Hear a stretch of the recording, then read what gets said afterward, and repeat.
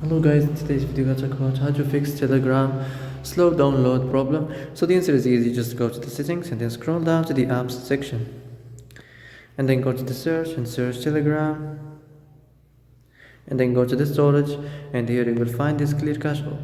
Go to the storage and here you will find this clear cache option, click on it. Now you can go check it if it works, and if it didn't you can try to restart your phone or turn the Wi-Fi off and on, or the Bluetooth or the airplane mode. Also you can try to clear data, but be careful. If you clear data, all the Telegram's data will be deleted. This includes all files, the settings, the accounts, the databases, etc. So be careful if you want to clear your data.